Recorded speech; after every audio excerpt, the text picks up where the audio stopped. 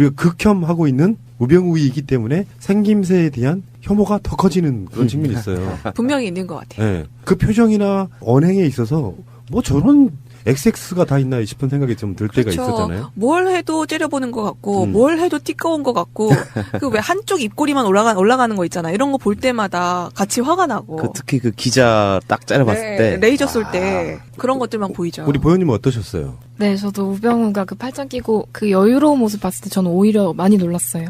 그 전에 기자를 째려볼 때 그 눈빛이랑 너무 온화한 후배들을 대하는 그 완전 다 녹여주는 그 눈빛이 더 소름 끼쳤던 네, 그런 기억이 있어요. 자, 그 우병우입니다. 왜 그런 짓을 했는가, 하고 있는가 분석을 한번 해보려고 하는데, 일단 우병우의 양력이랄까 이력을 먼저 소개를 해드려야 그 사람이 왜 저렇게 됐을까를 이해할 수 있을 거 아니에요. 우병우는 67년생이에요. 올해가 지금 2016년이잖아요. 네. 그러니까 우리나라 나이로 50살이 정확하게 된 겁니다. 만 49세. 근데 우병우를 들어가 보면은 굉장히 중요한 지점이 발견이 돼요. 일단 서울대 나왔죠. 서울대 법대. 네. 우병우는 병역 면제를 받습니다. 그 이유가 고도근시예요. 원래 고도근시가 그 당시에는 마이너스 7 이상이 돼야 받는다라고 해요. 근데 지금은 그 고도근시로 병역 면제 사유가 없어졌어요. 병역 면제하는 항목에 고도근시가 없다는 얘기예요. 바로 전에 했던 황교안 씨의 두드러기도 마찬가지잖아요. 네. 그 상태로 군대도 못 갈 정도의 상태로 두드러기가 심했던 사람이 나중에 깨끗이 나와버려. 어떠한 병력도 없이. 네. 물론 우병우가 안경을 쓰긴 했지만 어찌됐건 그 당시에 비일비재했던 군 깊이 의혹을 살만합니다. 실제로 군대를 못 갈 정도의 고도근시였다라고 하면 사회생활 힘들지 않겠어요? 근데 군대가 면제가 되고 나니까 눈이 좋아져 버려. 이것은 좀 말이 안 된다. 이 사람이 1984년에 고등학교를 졸업하고요. 84년부터 이게 84학번인 거죠. 84학번으로 대학을 들어가서 사시 합격한 게 87년입니다. 그러니까 이 사람이 67년생인데 87년에 합격했잖아요. 만 21살에 사시 합격하는 거죠. 네, 서울대 졸업하기도 전에 학생 그렇죠. 신분으로 합격을 했네요. 그렇다 보니까 우병우의 대체적으로 그 사법연수원 동기들이 대부분 나이가 많은 경우는 10살 이상 차이가 나기도 해요. 그렇겠네요. 아마 지금은 그런 친구들이 주위에 많이 없을지 모르겠는데 우리 학교 다닐 때만 해도 학교에서 공부 꽤 잘하는 애들이 서울대를 가고 의대를 가고 법대를 가고 그랬단 말이에요. 걔네들이 이제 사회를 이루는 근간에 있어서의 주류가 되는 거예요. 네. 서울대 법대를 들어가면서 그중에서도 꽤 공부를 잘했던 모양이죠. 그렇다 보니까 우병우가 갖는 일종의 엘리트 의식이 거기서 생기는 거예요. 그래서 우병우는 출세 가도를 달려와요. 87년에 29회 사법고시 합격했고요. 그 다음에 이제 사법연수원 거쳐서 서울지방검찰청 검사, 그러면 대구, 창원, 수원 지검들을 돌아다닙니다. 원래 검사들은 파견직으로 지방을 막 돌아다녀요. 그건 의무적으로 하게 돼 있어. 네. 그리고 나서 이제 본격적으로 중앙무대에 올라서는 게 99년. 법무부 국제법무과 검사도 겸임도 하고 2001년에 승진을 하는데 그게 이제 부부장 검사로 부부장 검사 다음에 나중에 지청장 서울지방검찰청 부부장 검사 대구지방검찰청 특수부 부장 검사 다음에 2005년 법무부 법무실 법조인력정책과 과장 2007년 서울중앙지방검찰청 부장검사 2008년 서울중앙지방검찰청 금융조세조사 2부 부장검사 2009년 대검찰청 중앙수사일과장 대검찰청 범죄정보기획관 이 시기에 우병우가 노무현 대통령 수사를 하게 되는 핵심 인물들 중에 한 명이 되는 거거든요. 그러니까 우병우의 스펙은 일단 출생도 영주고등학교라고요. TK 출신이에요. TK의 본류를 타고 나와서 서울대를 나와가지고 검사들이 달릴 수 있는 출세가들을 쫙 달립니다. 여기서 참고로 검찰의 직제를 하나만 소개를 좀 해드려 볼게요. 그래야 그 다음 얘기가 되니까. 네. 검찰 직제가 어떻게 되냐면 우리가 보통 이 노량진 같은 데 가면 공무원 시험 준비하시는 분들 많잖아요. 예. 검찰은 검찰직, 법원직처럼 일반 공무원이 아니고 검사는 사법고시 합격하자마자 기본적으로 5급 사무관, 그 사법연수원생 때에도 이미 직급이 생기는 거예요. 5급 사무관이 되고 검사로 임용되는 순간에 4급 서기관이 됩니다. 그 다음에 그 위에 직급이 3급 부의사관급이라고 해서 부부장 검사가 되고 2급이 이사관급인데 이게 부장 검사가 되고요. 1급이 관리관급이라고 해서 공무원들 일반적인 직제로는 차장검사가 되고 차장검사가 되면 그 위에 이제 차장검사가 되면 군대로 말하면 대령쯤 된다고 보시면 돼요. 그리고 별을 달게 되는데 바로 그것이 지검장이죠. 그러니까 어떤 분들의 직제에 따라서는 아까 말한 그 차장검사가 군대에서 소장, 중장까지는 맞다고 말씀하실지 모르겠지만 이거는 공무원 직제로서의 의미가 아니고 검사들이 받아들이는 느낌. 그러니까 대령까지 달고 별을 달게 되면 그걸 이제 검사장이라고 하죠. 지검장, 고등 검찰청이 있고 그 밑에 지방 검찰청이 있는데 그 지방 검찰청의 장이 되는 거예요. 그것을 검사장이라고 부릅니다. 근데 우병우가 특이한 점이 검사장 승진을 못해요. 2급에서 멈췄네요. 근데 그 우병우가 승진을 못한 이유가 이제 제가 다른 방송에서 한번 말씀드린 적이 있는데요. 노무현 대통령 수사랑도 연관이 있다고 하고요. 그쪽에서 봤을 때는 너무 거물급을 사실 살해에 가까운 정도로 공범 중에 한 명이기 때문에 검사장으로 올리기에는 너무 부담스러웠다. 근데 이건 두 번째 문제인 것 같아요. 진짜 첫 번째 문제는 성격상의 문제가 있었다라고요. 독단적이고 독선적이고 화합 못하는 스타일. 주변에 그래서 적이 많았군요. 집안에서의 가정교육은 어떻게 받았는지 모르지만 실패 없이 달려온 엘리트가 겪는 좌절일 수도 있거든요. 평상시 때 잘해라는 말 있잖아요. 그걸 못한 상태로 어쨌건 간에 권력이 개가 돼서 열심히 달려왔지만 결론적으로 말하면 검사장 승진을 못하고 검찰의 옷을 벗게 됩니다. 그게 2013년 4월까지예요. 그러니까 2014년까지 사실상 한 1년 조금 넘는 시간 동안 변호사를 개업해요. 근데 우병우는요. 결혼을 굉장히 이제 속된 표현을 하면 되게 잘하는 케이스예요. 최순실과 연관이 있을 정도의 굉장히 돈이 많으신 그 바닥에서는 큰 손이신 분. 그렇다고 재벌급은 아니지만 그러니까 딸이 없는 집안에서는 우병우 같은 권력을 이용한 뭔가 방패막이가 되어줄 사위가 필요했던 거고요. 이 사람의 출세를 위해서 엄청나게 밀어줬겠죠. 그래서 우병우는 이번에 민정수석을 그만두기 전까지 우리나라에 있는 공무원들 중에 개인 재산이 가장 많았습니다. 1,000억이 넘었어요. 1,000억이요? 와. 박근혜 씨 신고 재산이 30억이 안 됩니다. 물론 등록만 이렇게 된 거지만. 우병우에 대해서는 일반적인 평판이 내부는 받지 않았을 것이고 그런 소문도 없다. 그러면은 순전히 와이프네 그쪽에서 집안에 받은 것들이 있겠죠. 그러니까 권력을 갖고자 하는 열망이 굉장히 컸던 사람. 아니 검사 월급 하나도 한 푼도 안 쓰고 모아도 이거 안 되잖아요. 뭐 증여, 양도 뭐 등등 여러 가지가 있을 수 있어요. 네. 그러니까 우병우가 갖고 있는 생각에는 진짜로 권력을 쥐고 싶었던 권력 지향적인 느낌이 너무 강한 인물형이에요. 돈은 충분히 있다. 뭐 돈 그까이 거 뭐. 그런데 자기는 높은 자리에 올라가고 권력을 쥐고 하는 그 열망이 되게 강했을 것 같은 사람이라고 저는 보여요. 근데 이제 아까 지금 검사장으로 승진을 못했다 그랬잖아요. 거기서 오는 우병우가 갖고 있는 일종의 배신감은 어마어마했을 겁니다. 이렇게까지 열심히 했는데 내가 대체 내 동기들이 있으면 무엇이 못하간디. 그렇죠. 그럴 수 있잖아요. 그래서 이를 부들부들 갈고 있었을 가능성이 높아요. 그 지점이 권력에 대한 증오 복수심으로 나타나는 측면이 있어요. 그러니까 자기를 불러준 박근혜 어떤 커넥션에 의해서 청와대에 처음에는 비서관으로 들어가게 되고 그 비서관 역할을 너무 잘한 나머지 박근혜나 이런 사람들의 어떤 오다를 주면 굉장히 많이 그 미션 수행을 잘했을 겁니다. 우병우 스타일로 보면. 그러면서 바로 굉장히 어린 나이에 50이 안 된 나이에 청와대 수석비서관 민정수석이 되는 자리까지 올라가거든요. 그러니까 한 1년 좀 넘는 정도의 변호사 생활이 좌절은 있었지만 그 나름대로 생각해보니 지검장, 고검장 같은 검사장을 하면 뭐해. 그 모든 것들을 관할하는 민정수석인데. 그러니까 이 사람은 자기가 꿈꿔왔던 일종의 처음에 꿈꿔왔던 검찰총장이나 법무부장 같은 꿈이 민정수석을 통해서 오히려 굉장히 빠르게 지하철 중에 급행 있죠. 급행 타고 간 느낌으로 도착했을 거란 느낌이 들어요. 근데 거기 올라가게 만들어주는. 하다못해 검찰총장을 대통령이 임명하게 돼도 민정수석이 다 검증을 해줘야 돼. 우리나라에 나가는 모든 사정기관은 다 똑같습니다. 국세청장, 경찰청장, 국정원장, 검찰총장, 장관, 감사원장, 국무총리. 모든 임명직은 이 사람을 통해서 하게 돼 있어요. 원래 민정수석실이 그런 업무를 하시는 거예요. 그렇군요. 이 사람이 모든 걸 관리하고 있을 수 있겠네요. 근데 이제 그게 지금은 박근혜가 이렇게 만들어버린 측면이 있어요.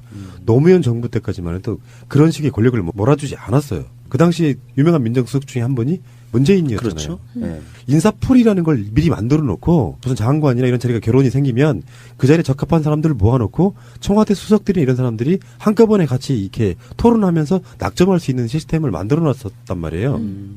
인사검증위원회가 열려서 그렇죠. 민정수석의 어떤 독단으로 결정할 수 없는 시스템을 다시 박근혜나 이명박 정부가 망가뜨려 놓은 겁니다. 이명박 때도 그런 시스템은 망가진 거죠, 이미. 그렇죠. 그때도 망가져봤죠. 노무현이 한 건 다 싫어. 그러니까. 그런 기조였었거든요. 그렇다 보니까 어쨌든 우병우는 출세지향적인 인물이다 보니까 그 지점에서 자기를 버렸던 그 검찰 고위층들의 이런 사람들에 대한 증오심이 굉장했을 거라고 생각이 들고 개인적으로 우리가 보기엔 다 똑같은 놈들이죠. 그쪽 놈들이지만 그들 내부적으로는 그 당시에 자기를 승진에 탈락시켰던 그 검찰 수뇌부에 대한 미움 같은 것도 굉장했을 거라고 봐요. 그런 게 분명히 있었을 것이라고 보고 황교안은 지난주에 제가 그랬잖아요. 확신범이다. 그리고 박근혜도 확신범이라고 얘기했잖아요. 그들은 그것이 옳다고 믿고 있을 가능성이 높다. 근데 우병우는 약간 다릅니다. 우병우는 확신범이 아닐 가능성이 훨씬 높아요. 우병우과는 어떤 거냐면은 전형적으로 우병우의 뇌를 구조를 분석을 해보면 얘는 법을 잘 지키는 애예요. 근데 법이라는 게 준법. 우리 국민들한테 준법 요구하면서 시위도 평화적으로 하라고 하잖아요. 그들이 말하는 법은 일반 도로교통법이고요. 우리가 말하는 법은 헌법이잖아요. 네. 헌법이 상위 개념임에 불구하고 얘는 법을 잘 지킬 가능성이 높다는 말은 사실은 비꼬는 말이죠. 무슨 말이냐면 법에는 수도 없이 많은 사각지대가 있고 빠져나갈 수 있는 방법이 있어서 현행 법에 걸리지 않을 만큼의 공간들을 너무나 잘 알고 있다는 뜻이에요. 그렇죠. 더군다나 또 검사를 했으니 얼마나 많이 네. 알겠어요? 그러니까 얘는 자기가 법을 굉장히 잘 지키고 있다라고 하는 생각 속에 잘 지킨다는 것보다 확신범이 아니라는 건 뭐냐면 아까 말하는 것처럼 확신범인 애들은 위법을 하면서도 그게 맞다고 생각하는 애들이 확신범이고 네. 얘는 위법이 뭔지를 알아요. 그러니까 위법은 안 해. 근데 위법과 준법 사이에 하나가 더 있죠. 편법주의자의 일 가능성이 높아요. 근데 그것을 어떻게 생각하냐면 나는 법을 어기지 않았다고 생각할 수 있단 말이에요. 그 청문회에서 이렇게 메모하는 걸 봤어요. 보통 그 청문회 나온 증인들이 메모를 안 합니다. 관례적으로. 메모를 하지 말라는 법은 없지만 통상적으로는 준비를 다 해와서 그 사람들이 말하는 걸 즉흥적으로 답하는 게 청문회 일반적인 현상이었는데요. 우병우는 메모를 하니까 야당 의원이 메모 못하게 하라. 그러니까 위원장이 메모를 하지 말라는 법은 없기 때문에 하긴 내버려 두자 이렇게 그 약간 잠깐의 실갱이가 있었거든요. 근데 그거를 우리가 보면은 메모를 왜 하겠습니까? 자기가 한 말을 적고요. 여기서 실수하지 않으려는 굉장한 몸부림 같은 거를 보여줘요. 단어 선택 하나하나에 신중을 기하는 거군요. 그럼에도 불구하고 뭐 자기가 최순실과 알았을 거라는 증거들이 나오니까 당황하는 것도 눈에 보이고요. 그러니까 우병우는 일단 저 개인적으로 그래요. 다른 방송에서 그런 표현을 썼는데 세상에 정말 사이코적인 악마가 아니고는 일개 개인은 다 겁먹게 돼 있습니다. 그 우병우 난 눈빛에서 싸가지 없다 이런 게 아니라 떨고 있는 사슴을 한 마리를 봤어요. 그래요? 네. 그러니까 우리가 봤을 때는 지극히 편향적으로 저 사람을 봤을 때 악마적이고 권력을 가진 자이기 때문에 굉장히 뭔가 나보다 위에 있는 사람으로서 이렇게 내려다보는 느낌으로 보니까 그게 악마로 보이는 거라고 생각하거든요. 근데 제가 봤을 때는 아니야. 어떤 느낌이냐면은 법을 피해가면서 내가 감옥을 살지 않게 하기 위한 그 나름대로의 그 사투가 벌어지고 있는데 아까 말한 얘는 엘리트에다가 특권의식이 있는 애잖아요. 그러니까 애들이 나한테 물어보는 질문에 대해서 잘못 대답하면 굉장히 난감해지거나 뭐 감옥살이 할 수도 있다는 그 조바심들이 얼굴을 경직되게 만드는 거예요. 근데 아까 말한 그 생김새가 그 경직된 것이 싸가지 없게 보이게 하는 어떤 휴광 효과가 있는 거지.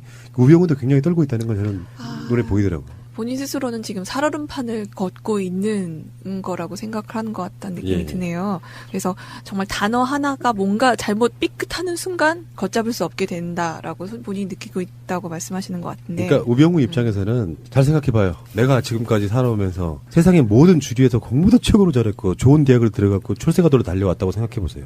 근데 변호사 잠깐 생활할 때도 느꼈을 분노심이 있는데 지금 민정수석 강제로 떨고져 나오고 감옥을 살지도 몰라요. 이 사람한테 인생 최고의 위기가 닥쳐올 수 있어요. 인생을 살면서 한 번도 경험해보지 못한 그 많은 사람들을 사건을 조작했건 어쨌건 감옥으로 보낸 사람입니다. 내가 갈 수도 있습니다. 안 떨리겠습니까? 그렇죠. 그러니까 지극히 방어적이 될 수밖에 없고 경직돼 있으니까 얼굴에서 웃음기를 어떤 여유도 볼 수가 없어. 근데 우리들 입장에서는 그가 폐양무도한 권력을 부려온 사람이기 때문에 그 얼굴에서 악마를 보지만 정반대로 보면 그도 엄청나게 떨고 있다는 게 안 보이더냐고요.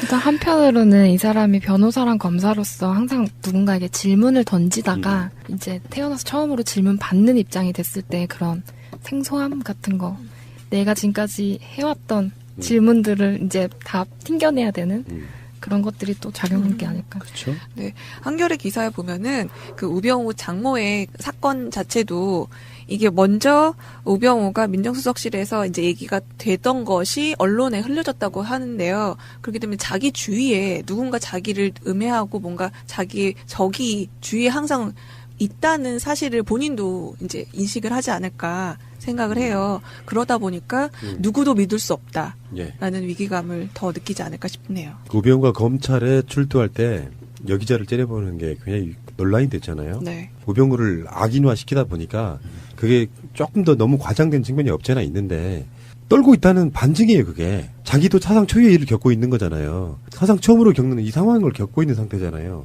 예상치 못하게 자기는 이제 자기 머릿속에 그림을 그려왔을 거 아니야. 딱 차에서 내려서 도착하고 조금 걸어오자마자 어떤 여기자가 가장 먼저 튀쳐나오고 우르르 달라붙어요. 근데 거기에 대해서 방어적일 수밖에 없는 사람인데 뭔 질문을 하는데 어떤 돌발 상황이 되다 보니까 그 기자를 이렇게 쳐다보게 되는 측면, 그러니까 버러지 같이 쳐다봤다기보다는 어떤 놀라는 한 측면이라고 봐요. 예, 이거 뭐지 하는. 본인 스스로도 그렇게 대답을 했잖아요. 놀라서 그렇다는. 그러니까 청문회에서 우병우가 했던 말 중에 그것은 진실일 가능성이 높아요. 네. 근데 또 비슷한 거짓말도 하나 했죠. 조선일보가 찍어낸 특종 사진에 보면 팔짱 끼고 있는 모습이요. 요거는 추워서라고 그랬다 그러는데 그건 좀 그렇고 그러니까 어안이 느껴져서라고 그랬는데 일단 우병우가 입고 있던 옷이 검찰들이 입는 옷이에요. 입고 들어간 옷이 아니고 검사들이 밤새워서 취조 같은 거 할 때 추우니까 입는 그런 옷을 우병우가 입고 있었던 거고요. 그러니까 피의자로 들어간 놈한테 그 옷을 입혀주는 것도 좀 그런 측면이 있고 그리고 팔짱은 제가 봤을 때는 습성입니다. 저도 팔짱 끼는 걸 되게 좋아해요. 이게 뭐냐면 손이 막 자꾸 움직여서 대화를 해야 될 때 내 감정을 숨겨야 될 때는요. 팔짱 끼고 얘기하는 거예요. 그러니까 연설할 때 열변을 토할 때는 팔을 막 흔들고 막 그렇지 본능적으로 자기도 모르게. 네. 근데 굉장히 냉철함을 유지해야 될 때는 팔짱 끼고 하는 게 일반적입니다. 그 습관이 그 사진으로 저는 보였다고 생각이 들고 그럴 수도 있겠네요. 그것들이 이제 교묘하게 전국 상황과 맞물리면서 검찰들 앞에서 지금 훈시하는 것 같은 느낌을 줬기 때문이지만 그거는 추워서는 분명히 아니라는 말씀 드리고 싶어요. 항상 그렇게 했을 거라고 생각이 검찰청 낭방이 잘 안 되나요? 잘 될걸요, 아마? 자, 어쨌건 우병우는 감옥에 갈 것이 확실하지만요. 가장 중요한 건 뭐냐면은 삐뚤어진 엘리트들이 사회에 주는 폐악 같은 거에 대한 얘기로 저는 마무리 한번 해볼까 해요. 이제 사법연수원 거쳐서 서울지방검찰청 검사, 그러면 대구, 창원, 수원 지검들을 돌아다닙니다. 원래 검사들은 파견직으로 네. 지방을 막 돌아다녀요. 그건 의무적으로 하게 돼 있어. 네. 그리고 나서 이제 본격적으로 중앙무대에 올라서는 게 99년. 법무부 국제법무과 검사도 겸임도 하고 2001년에 승진을 하는데 그게 이제 부부장 검사로 부부장 검사 다음에 나중에 지청장 서울지방검찰청 부부장 검사 대구지방검찰청 특수부 부장검사 다음에 2005년 법무부 법무실 법조인력정책과 과장 2007년 서울중앙지방검찰청 부장검사 2008년 서울중앙지방검찰청 금융조세조사 2부 부장검사 2009년 대검찰청 중앙수사일과장 대검찰청 범죄정보기획관 이 시기에 우병우가 노무현 대통령 수사를 하게 되는 핵심 인물들 중에 한 명이 되는 거거든요. 그러니까 우병우의 스펙은 일단 출생도 영주고등학교라고요. TK 출신이에요. TK의 본류를 타고 나와서 서울대를 나와가지고 검사들이 달릴 수 있는 출세가들을 쫙 달립니다. 여기서 참고로 검찰의 직제를 하나만 소개를 좀 해드려 볼게요. 그래야 그 다음 얘기가 되니까. 네. 검찰 직제가 어떻게 되냐면 우리가 보통 이 노량진 같은 데 가면 공무원 시험 준비하시는 분들 많잖아요. 예. 검찰은 검찰직, 법원직처럼 일반 공무원이 아니고 검사는 사법고시 합격하자마자 기본적으로 5급 사무관, 그 사법연수원생 때도 이미 직급이 생기는 거예요. 5급 사무관이 되고 검사로 임용되는 순간에 4급 서기관이 됩니다. 와.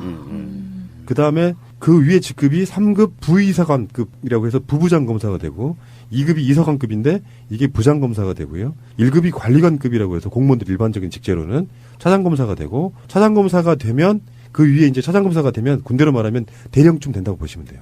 그리고 별을 달게 되는데 바로 그것이 지검장이죠. 잖아요. 네. 그러니까 우리나라 나이로 50살이 정확하게 된 겁니다. 만 49세. 근데 우병우를 들어가 보면은 굉장히 중요한 지점이 발견이 돼요. 일단 서울대 나왔죠. 서울대 법대. 네. 우병우는 병역 면제를 받습니다. 그 이유가 고도근시예요. 원래 고도근시가 그 당시에는 마이너스 7 이상이 돼야 받는다라고 해요. 근데 지금은 그 고도근시로 병역 면제 사유가 없어졌어요. 병역 면제하는 항목에 고도근시가 없다는 얘기예요. 바로 전에 했던 황교안 씨의 두드러기도 마찬가지잖아요. 네. 그 상태로 군대도 못 갈 정도의 상태로 두드러기가 심했던 사람이 나중에 깨끗이 나와버려. 어떠한 병력도 없이. 네. 물론 우병우가 안경을 쓰긴 했지만 어찌됐건 그 당시에 비일비재했던 군 깊이 의혹을 살만합니다. 실제로 군대를 못 갈 정도의 고도근시였다라고 하면 사회생활 힘들지 않겠어요? 근데 군대가 면제가 되고 나니까 눈이 좋아져 버려. 이것은 좀 말이 안 된다.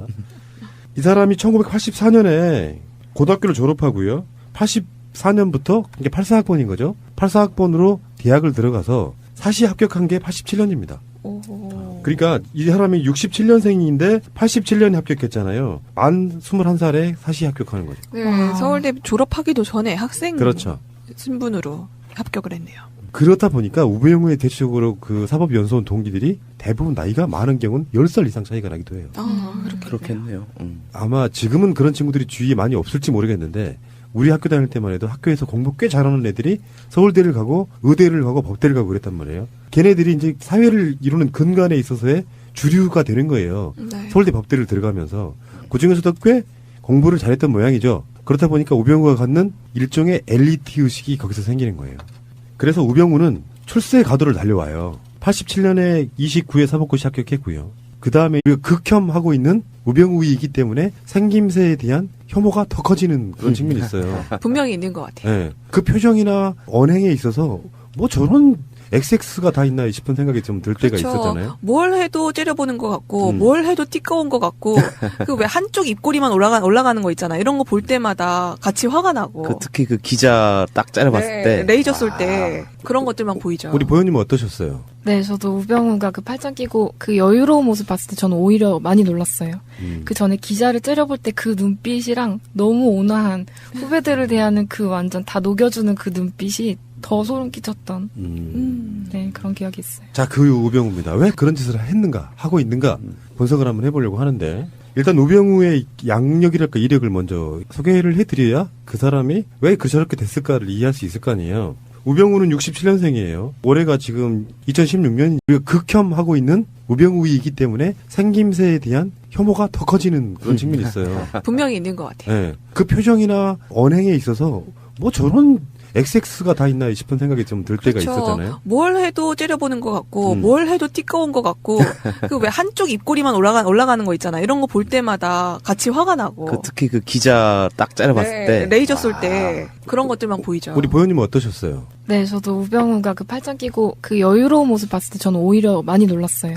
그 전에 기자를 째려볼 때 그 눈빛이랑 너무 온화한 후배들을 대하는 그 완전 다 녹여주는 그 눈빛이 더 소름 끼쳤던 네, 그런 기억이 있어요. 자, 그 우병우입니다. 왜 그런 짓을 했는가, 하고 있는가 분석을 한번 해보려고 하는데 일단 우병우의 양력이랄까 이력을 먼저 소개를 해드려야 그 사람이 왜 저렇게 됐을까를 이해할 수 있을 거 아니에요. 우병우는 67년생이에요. 올해가 지금 2016년이잖아요. 네. 그러니까 우리나라 나이로 50살이 정확하게 된 겁니다. 만 49세. 근데 우병우를 들어가 보면은 굉장히 중요한 지점이 발견이 돼요. 일단 서울대 나왔죠. 서울대 법대. 네. 우병우는 병역 면제를 받습니다. 그 이유가 고도근시예요. 원래 고도근시가 그 당시에는 마이너스 7 이상이 돼야 받는다라고 해요. 제가 다른 방송에서 한번 말씀드린 적이 있는데요. 노무현 대통령 수사랑도 연관이 있다고 하고요. 그쪽에서 봤을 때는 너무 거물급을 사실 살해에 가까운 정도로 공범 중에 한 명이기 때문에 검사장으로 올리기에는 너무 부담스러웠다. 근데 이건 두 번째 문제인 것 같아요.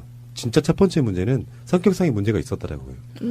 독단적이고 독선적이고 화합 못하는 스타일. 아, 주변에 그래서 적이 많았군요. 집안에서의 가정교육은 어떻게 받았는지 모르지만 실패 없이 달려온 엘리트가 겪는 좌절일 수도 있거든요. 평상시 때 잘해라는 말 있잖아요. 그걸 못한 상태로 어쨌건 간에 권력이 개가 돼서 열심히 달려왔지만 결론적으로 말하면 검사장 승진을 못하고 검찰의 옷을 벗게 됩니다. 그게 2013년 4월까지예요. 그러니까 2014년까지 사실상 한 1년 조금 넘는 시간 동안 변호사를 개업해요. 근데 우병우는요. 결혼을 굉장히 이제 속된 표현을 하면 되게 잘하는 케이스예요. 최순실과 연관이 있을 정도의 굉장히 돈이 많으신 그 바닥에서는 큰 손이신 분. 그렇다고 재벌급은 아니지만 그러니까 딸이 없는 집안에서는 우병우 같은 권력을 이용한 뭔가 방패막이가 되어줄 사위가 필요했던 거고요. 이 사람의 출세를 위해서 엄청나게 밀어줬겠죠. 그래서 우병우는 이번에 민정수석을 그만두기 전까지 우리나라에 있는 공무원들 중에 개인 재산이 가장 많았습니다. 1,000억이 넘었어요. 근데 지금은 그 고도근시로 병역 면제 사유가 없어졌어요. 병역 면제하는 항목에 고도근시가 없다는 얘기예요. 바로 전에 했던 황교안 씨의 두드러기도 마찬가지잖아요. 네. 그 상태로 군대도 못 갈 정도의 상태로 두드러기가 심했던 사람이 나중에 깨끗이 나와버려요. 아, 어떠한 병력도 없이. 네. 물론 우병우가 안경을 쓰긴 했지만 어찌됐건 그 당시에 비일비재했던 군 깊이 의혹을 살만합니다. 실제로 군대를 못 갈 정도의 고도근시였다라고 하면 사회생활 힘들지 않겠어요? 근데 군대가 면제가 되고 나니까 눈이 좋아져 버려. 이것은 좀 말이 안 된다. 이 사람이 1984년에 고등학교를 졸업하고요. 84년부터 이게 84학번인 거죠. 84학번으로 대학을 들어가서 사시 합격한 게 87년입니다. 오. 그러니까 이 사람이 67년생인데 87년에 합격했잖아요. 만 21살에 사시 합격하는 거죠. 네, 와. 서울대 졸업하기도 전에 학생 그렇죠. 신분으로 합격을 했네요. 그렇다 보니까 우병우의 대체적으로 그 사법연수원 동기들이 대부분 나이가 많은 경우는 10살 이상 차이가 나기도 해요. 아, 그렇겠네요. 아마 지금은 그런 친구들이 주위에 많이 없을지 모르겠는데 우리 학교 다닐 때만 해도 학교에서 공부 꽤 잘하는 애들이 서울대를 가고 의대를 가고 법대를 가고 그랬단 말이에요. 걔네들이 이제 사회를 이루는 근간에 있어서의 주류가 되는 거예요. 네. 서울대 법대를 들어가면서 그중에서도 꽤 공부를 잘했던 모양이죠. 그렇다 보니까 우병우가 갖는 일종의 엘리트 의식이 거기서 생기는 거예요. 그래서 우병우는 출세 가도를 달려와요. 87년에 29회 사법고시 합격했고요. 그 다음에 이제 사법연수원 거쳐서 서울지방검찰청 검사, 그러면 대구, 창원, 수원 지검들을 돌아다닙니다. 원래 검사들은 파견직으로 네. 지방을 막 돌아다녀요. 그건 의무적으로 하게 돼 있어. 네. 그리고 나서 이제 본격적으로 중앙무대에 올라서는 게 99년. 법무부 국제법무과 검사도 겸임도 하고 2001년에 승진을 하는데 그게 이제 부부장검사로 부부장검사 다음에 나중에 지청장 서울지방검찰청 부부장검사 대구지방검찰청 특수부 부장검사 다음에 2005년 법무부 법무실 법조인력정책과 과장 2007년 서울중앙지방검찰청 부장검사 2008년 서울중앙지방검찰청 금융조세조사 2부 부장검사 2009년 대검찰청 중앙수사일과장 대검찰청 범죄정보기획관 이 시기에 우병우가 노무현 대통령 수사를 하게 되는 핵심 인물 중에 한 명이 되는 거거든요. 그러니까 우병우의 스펙은 일단 출생도 영주고등학교라고요. TK 출신이에요. TK의 본류를 타고 나와서 서울대를 나와가지고 검사들이 달릴 수 있는 출세가들을 쫙 달립니다. 여기서 참고로 검찰의 직제를 하나만 소개를 좀 해드려 볼게요. 그래야 그 다음 얘기가 되니까. 네. 검찰 직제가 어떻게 되냐면 우리가 보통 노량진 같은 데 가면 공무원 시험 준비하시는 분들 많잖아요. 예. 검찰은 검찰직, 법원직처럼 일반 공무원이 아니고 검사는 사법고시 합격하자마자 기본적으로 5급 사무관, 그 사법연수원생 때도 이미 직급이 생기는 거예요. 5급 사무관이 되고 검사로 임용되는 순간에 4급 서기관이 됩니다. 와. 그 다음에 그 위에 직급이 3급 부의사관급이라고 해서 부부장 검사가 되고 2급이 이사관급인데 이게 부장 검사가 되고요. 1급이 관리관급이라고 해서 공무원들 일반적인 직제로는 차장 검사가 되고 차장 검사가 되면 그 위에 이제 차장 검사가 되면 군대로 말하면 대령쯤 된다고 보시면 돼요. 그리고 별을 달게 되는데 바로 그것이 지검장이죠. 그러니까 어떤 분들의 직지에 따라서는 아까 말한 그 차장 검사가 군대에서 소장, 중장까지는 맞다고 말씀하실지 모르겠지만 이거는 공무원 직제로서의 의미가 아니고 검사들이 받아들이는 느낌. 그러니까 대령까지 달고 별을 달게 되면 그걸 이제 검사장이라고 하죠. 지검장, 고등검찰청이 있고 그 밑에 지방검찰청이 있는데 그 지방검찰청의 장이 되는 거예요. 그것을 검사장이라고 부릅니다. 근데 우병우가 특이한 점이 검사장 승진을 못해요. 2급에서 멈췄네요? 근데 그 우병우가 승진을 못한 이유가 이제